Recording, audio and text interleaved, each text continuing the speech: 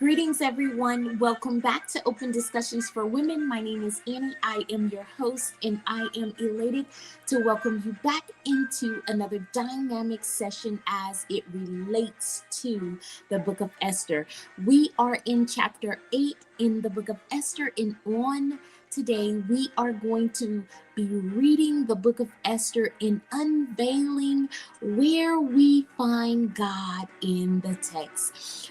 Throughout this entire study, we have been comparing the book of Esther to a game of chess, basically comparing the authorities of the queen in the text versus a game of chess. And then we have, most importantly, been unveiling where we see our Savior, where we see our Master, where we see God. Although his name is never mentioned, we are finding that God is all over this text. So without further ado, I am excited to get started in the reading of Esther chapter 8. Let us begin.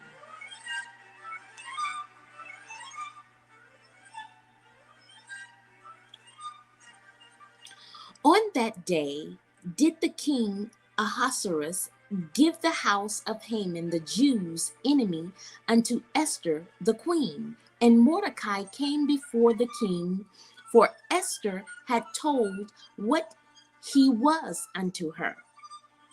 And the king took off his ring, which he had taken from Haman, and gave it unto Mordecai. And Esther set Mordecai over the house of Haman. And Esther spake yet again before the king, and fell down at his feet, and besought him with tears to put away the mischief of Haman the Agagite, and his devices that he had devised against the Jews.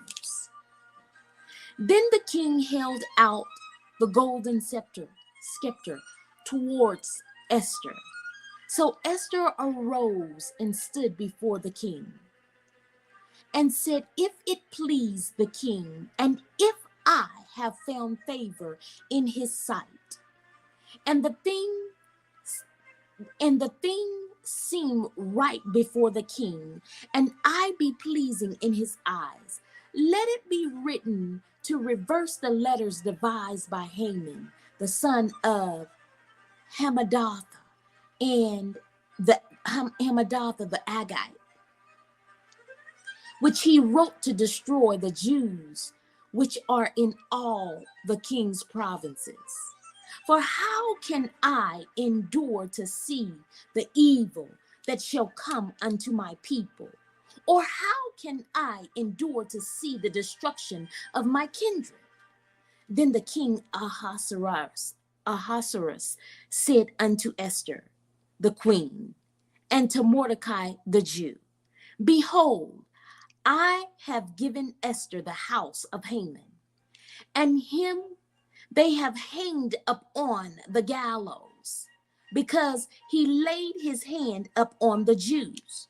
Write ye also for the Jews as it liketh you, in the king's name, and seal it with the king's ring.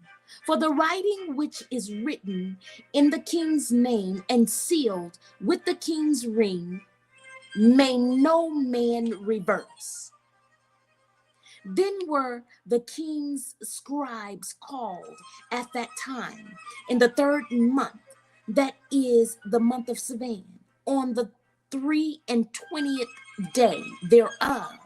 And it was written according to all that Mordecai commanded unto the Jews, and to the lieutenants and the deputies, and the rulers of the provinces which are from India unto Ethiopia, and 127 provinces, unto every province according to the writing thereof, and unto every people after their language, and to the Jews according to their writing and according to their language. And he wrote in the king Ahasuerus' name and sealed it with the king's ring, and sent letters by post on horseback, and riders on mules and camels and young dromedaries, wherein the king granted the Jews which were in every city to gather themselves together and to stand for their life, to destroy, to slay, and to cause to perish all the power of the people in province that would assault them, both little ones and women, and to take the spoils of them for prey. Upon one day in all the provinces of King Ahasuerus, namely upon the 13th day of the 20th month, the 12th month, which is the month of Adar, the copy of the writing for a command, the copy of the writing for a commandment to be given in every province was published unto all people, that the Jews should be ready against that day to avenge themselves on their enemies.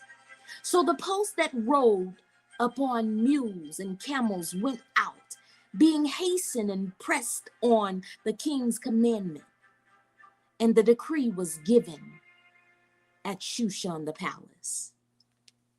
And Mordecai went out from the presence of the king in royal apparel of blue and white, and with a great crown of gold, and with a garment of fine linen and purple. And the city of Shushan rejoiced and was glad. The Jews had light and gladness and joy and honor. And in every province and in every city, whithersoever the king's commandment and his decree came, the Jews had joy and gladness, a feast and a good day. And many of the people of the land became Jews, for the fear of the Jews fell upon them all. This is the reading of Esther Chapter 8. Join me in unveiling where God is in this text, in discovering what God is teaching us now in chapter 8 of the book of Esther. Let us prepare our hearts to expand on this lesson.